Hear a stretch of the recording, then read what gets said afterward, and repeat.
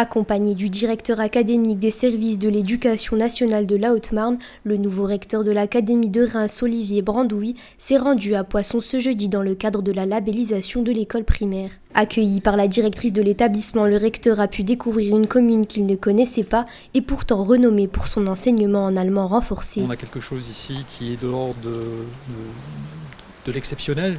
Je voudrais que ça devienne plus normal encore parce que la langue allemande est un atout pour la région, c'est une évidence.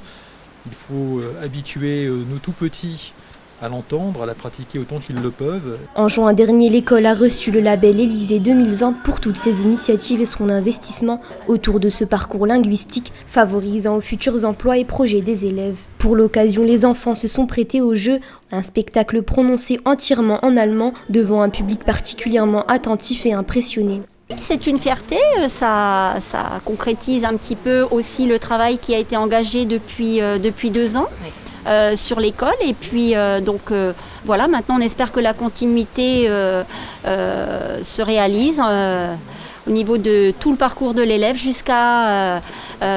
jusqu'au passage en 6e avec la classe bilingue. En effet, dès leur plus jeune âge, les enfants sont initiés à la langue allemande rendue obligatoire. L'objectif, développer un aspect culturel, mais également dépasser les frontières en préservant la relation proche entre l'Allemagne et la Haute-Marne. Et je pense que oui, c'est un vrai avantage. En Europe aujourd'hui, c'est une évidence, mais particulièrement pensez par exemple au bassin d'emploi. On a ici quand même un nombre significatif d'entreprises, de grandes entreprises, de PME de grosse taille déjà, qui travaillent avec l'Allemagne, qui ont des capitaux allemands, bien évidemment. Donc ça ne peut être qu'un avantage. Et puis la culture.